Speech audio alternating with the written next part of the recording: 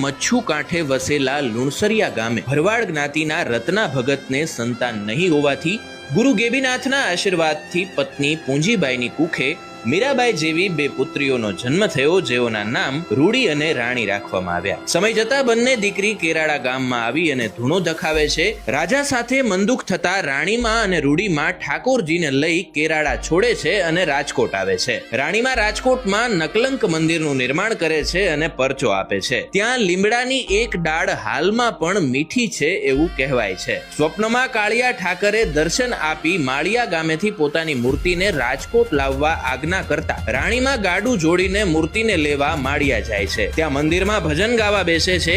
ત્યાં મંદિરમાં મૂકેલી કાળિયા ઠાકરની પથ્થરની મૂર્તિ પોતાના સ્થાનેથી નીચે ઉતરી ખુદ રાણીમાં પાસે આવે છે. એની મેળે મંદિરમાં ઝાલર વાગવા લાગે છે. આજે પણ આ મૂર્તિ રાજકોટના આ મંદિરમાં જોવા મળે છે.